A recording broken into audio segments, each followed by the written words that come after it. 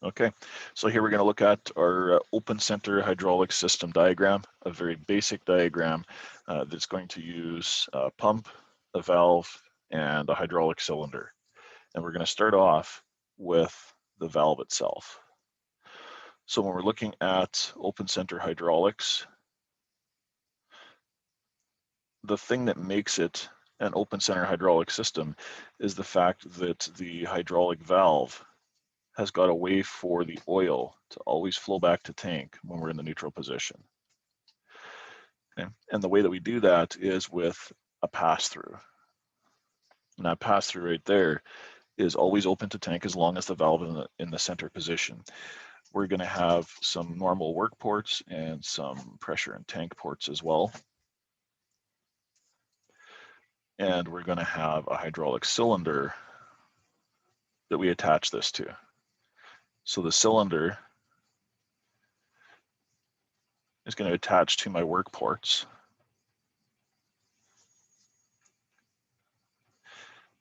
The pass-through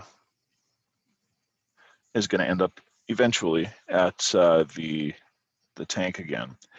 And then over here, we're going to hook up a hydraulic pump. This is a fixed displacement pump, so I'm not going to put that angled line through it with the arrow like we would on a variable displacement. Now from here, we're going to feed across to the pass-through, and we're also going to hook up the P port or the pump port on the valve. Quite often you'll see there's a little check valve right here, and that check valve, that's called a load check. The reason that check valve is there is so that when we actuate the valve, if there's any pressure in the cylinder, that pressure is not going to backfeed the pump and cause our load to momentarily drop until the pump starts pushing flow into that circuit. So that's your load check. The pump is going to be taking oil from the reservoir. On this simple diagram, I'm really not going to bother putting any filters or anything like that in here, not just yet anyways.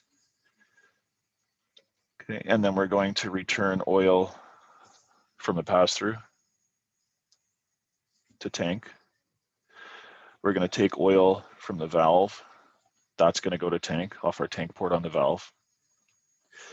And one other thing that we need to do is think about what happens if we were to deadhead the circuit. If I deadhead the circuit and that cylinder goes all the way out and stops, but I keep the valve in, say the extend position, the pressure is going to start building. We've got a fixed displacement pump, so unlike the variable displacement ones where you could just de-stroke the pump, that's not an option here. So we have to do something with the pump flow. And that is where our system relief comes in.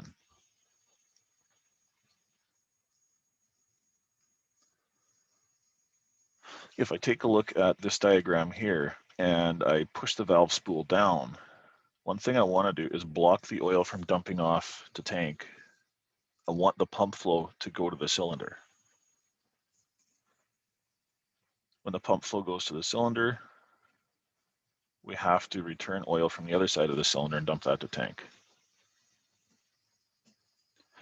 Taking a look at what I've got drawn here, when I push that valve down, is that going to extend or retract the cylinder?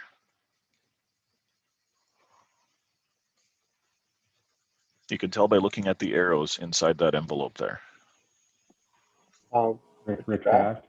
It's going to retract the cylinder. So if I want to extend the cylinder, again, I've got a block, but this time I want to send oil to the other port, like so. So I just flip-flop my work ports there.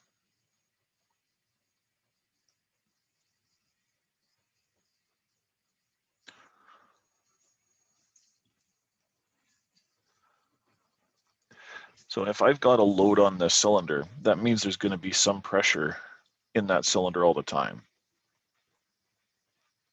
Now that pressure in the cylinder, let's say that it's maybe the boom cylinder on a loader, and I'm driving down a road and I've got maybe a silage bale on the forks. That's pretty heavy. And I hit some bumps on the road and the thing starts bouncing, and that means the pressure in that cylinder is going to start spiking. Rather than blow a line, often what I'll do is I'll add a little relief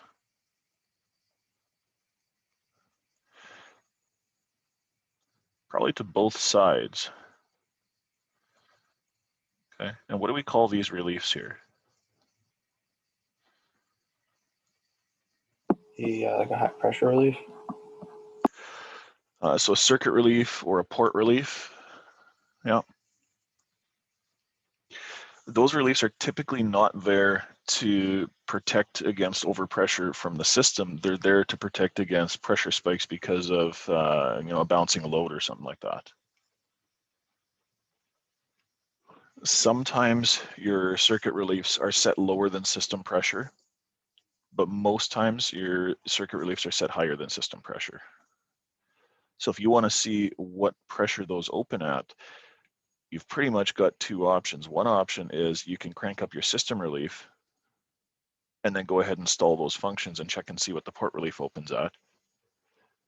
Or the other thing is you could take something like a port of power, take the line off and just backfeed that work port on your valve. Because those circuit reliefs, those are built into the valve itself. And you'll notice I'm flip-flopping on terminology here between calling it a circuit relief and a port relief, because they're called either depending on the literature that you're reading.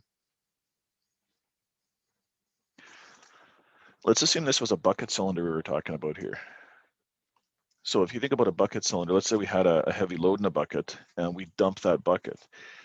Is it theoretically possible that the bucket could be pulling the cylinders and actually trying to move the cylinders faster than the pump can supply oil to keep the cylinders full? That's called cavitation. And if we want to avoid cavitation from happening, if we want to prevent it from happening, I should say, we're going to put a check valve right there. And we may even add one to the other side. And those check valves, those are called anticavitation check valves. The reason we have those is so if the cylinder is moving faster than the pump can supply oil, we don't cavitate it. That's one solution. And another solution, and this is one where you might find this on boom cylinders on a loader, you might find this there, would be floating orifice. Okay. Floating orifice, if we were to draw that in schematic form, it would look something like this. All right. So what did we do here? We have free flowing oil through the check valve in one direction and then restricted flow in the other. And what this would do is it would let us raise the boom cylinders with no restrictions, so it'd raise at a nice, decent speed. But when we try and lower the boom and lower the load on the boom, that orifice, that floating orifice, seats. And what that does is it basically closes off a check valve and makes the oil go through an orifice as it exits the boom cylinders when we're doing boom down. And that'll keep us from slamming those boom cylinders into the ground.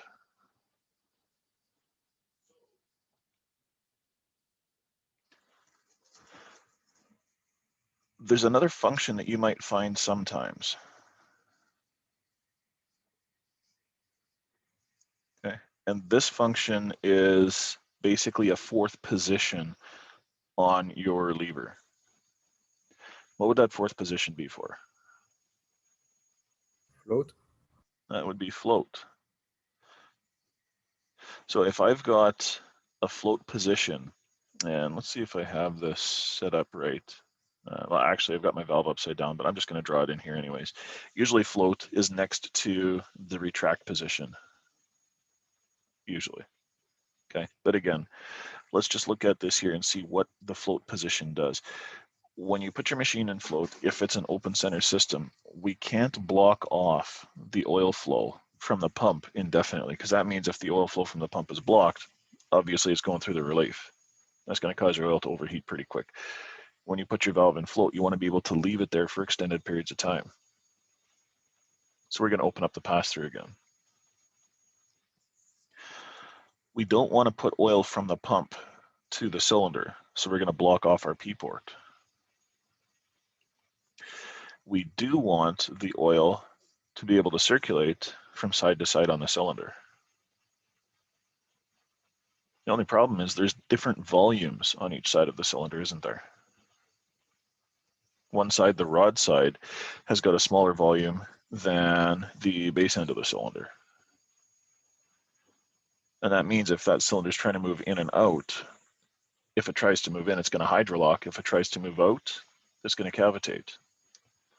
So in order to let this work properly, we're going to hook up to tank. Then we can cycle oil in and out of the tank circuit to make up for those changes in volume as that cylinder floats in and out.